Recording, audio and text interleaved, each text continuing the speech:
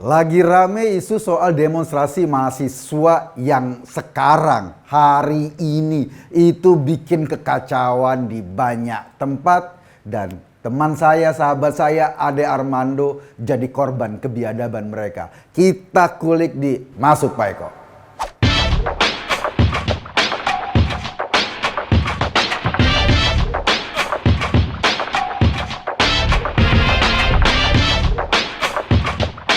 Kalau orang waras, mungkin sekarang dia lagi kebingungan melihat fenomena demonstrasi mahasiswa. Yang namanya demonstrasi kan ada tuntutan dong. Pasti mereka terjun ke jalan untuk menuntut sesuatu agar dibatalkan, agar diluluskan dan segala macam itu. Nah, apa tuntutan demonstrasi saat ini? Katanya yang lagi rame adalah mereka menolak isu perpanjangan masa jabatan presiden dan isu 3 periode. Tuntutannya itu sampai gila-gilaan mereka teriak. Mereka tahu gak sih? Pak Jokowi itu udah 5 kali nolak. 5 kali. Bahkan yang pertama dia bilang perpanjangan atau 3 periode itu, usulan 3 periode itu cuma cara untuk menampar muka saya. Jadi Pak Jokowi sendiri, presiden sudah menyatakan penolakan secara tegas dan itu dikatakan berkali-kali sampai 5 kali. Yang terakhir kemarin, itu yang pertama. Kenapa ya mereka masih demonstrasi? Nah, gue nggak tahu deh. Mungkin karena ada usulan-usulan yang dicetuskan oleh ketua-ketua partai kayak Muhaimin, kayak Erlangga atau kayak Zulkifli Hasan. Mereka menyampaikan aspirasi bahwa ini mau ada 3 periode dan sekali lagi itu ditolak oleh Pak Jokowi. Posisi menolak 3 periode itu sama. Gua juga melakukan penolakan dengan statement-statement di YouTube misalnya. Setahu gua, Denny Siregar juga punya pandangan yang sama. Nggak setuju kalau ada masa perpanjangan presiden, pemilu ditunda, atau 3 periode. Bukan cuma gua dan Denny. Ade Armando adalah orang yang setahu gua paling keras menentang usulan 3 periode, usulan perpanjangan, dan lain-lain. Artinya, posisi Ade Armando ini clear, sama seperti pikirannya mahasiswa yang lagi demo-demo itu, sama seperti pikirannya Jokowi yang sudah menolak dari awal. Clear. Makanya ketika mahasiswa lagi demo-demo itu, Bang Ade santai aja. Karena memang aspirasinya sama. Oh iya, sama-sama ya. Kita mau nolak 3 periode, kita mau nolak perpanjangan. Bang Ade datang ke Senayan. Rupanya, ini rupanya, mereka-mereka yang demo itu nggak penting bahwa apa yang mereka aspirasikan. Mereka hanya demo, mau demo saja. Nggak penting usulan bahwa ada teman yang punya aspirasi sama.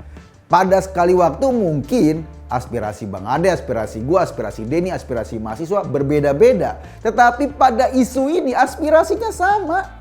Kita sangat menolak presiden 3 periode karena melanggar undang-undang, dan kita sangat menolak perpanjangan masa jabatan presiden karena melanggar undang-undang dasar, dan itu sikap kita dari awal.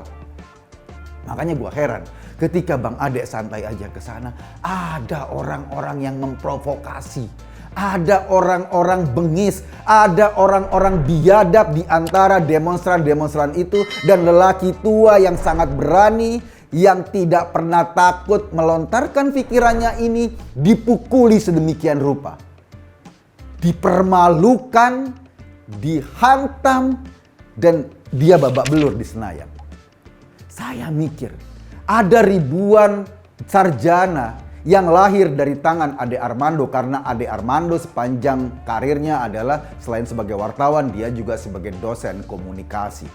Ada ribuan ahli yang lahir dari tangannya. Ada ribuan mahasiswa yang sampai sekarang masih mencerucup ilmu Ade Armando, ilmu pengetahuan dari mulutnya Ade Armando. Tetapi ada orang-orang biadab di DPR yang memperlakukan seorang Ade Armando seperti mereka memperlakukan pencoleng. Ini luar biasa. Apakah perilaku mereka akan membuat orang-orang lain takut sehingga kemudian bungkam? Oh enggak. Justru karena perilaku Anda seperti itu, justru karena kebiadaban Anda seperti itu, Anda semua harus kami hentikan. Karena kami tidak mau Indonesia dipimpin atau dikuasai oleh orang-orang seperti Anda.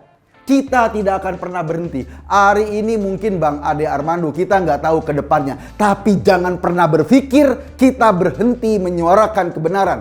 Jangan pernah berpikir kita takut melawan Anda. Kita ingin berbangsa dengan baik, menyampaikan aspirasi dengan baik, menyampaikan pikiran-pikiran kita dengan baik, dan kita menghargai demokrasi.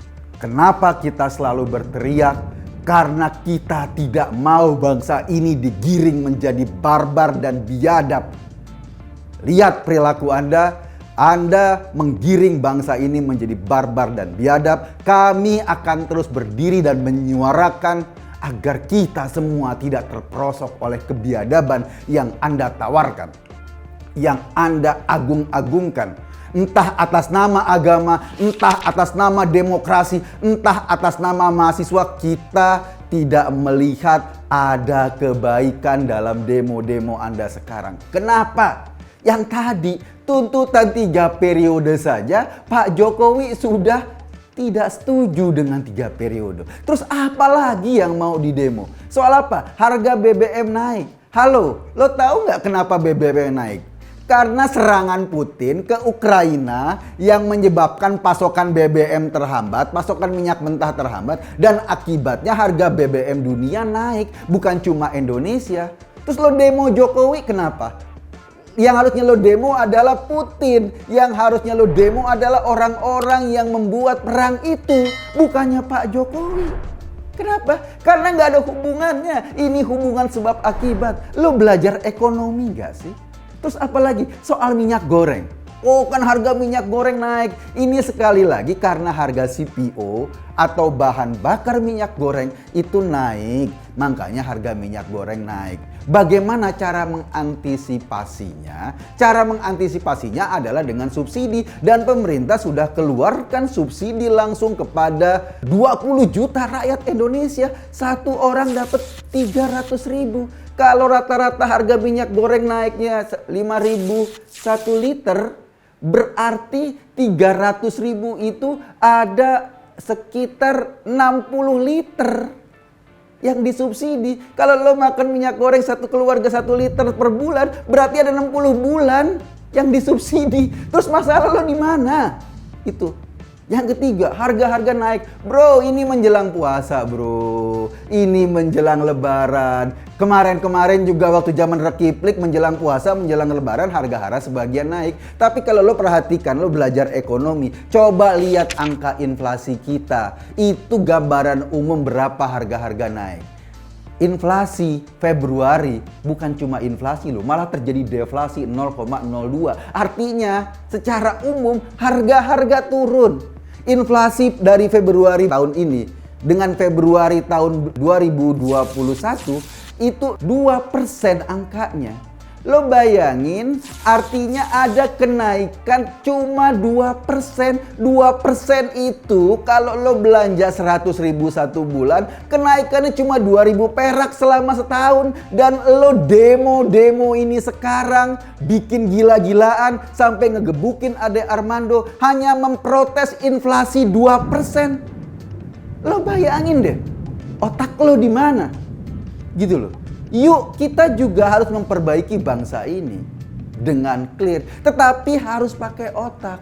Cukup deh, cukup gerombolan-gerombolan khilafah, gerombolan oposisi yang mau ngambil kekuasaan tapi takut ikut pemilu. Kenapa? Karena mereka pasti kalah dan mereka hanya bisa naik ke kekuasaan kalau negara ini chaos. Dan orang-orang yang gak punya otak tapi cuma punya modal keberanian dimobilisir.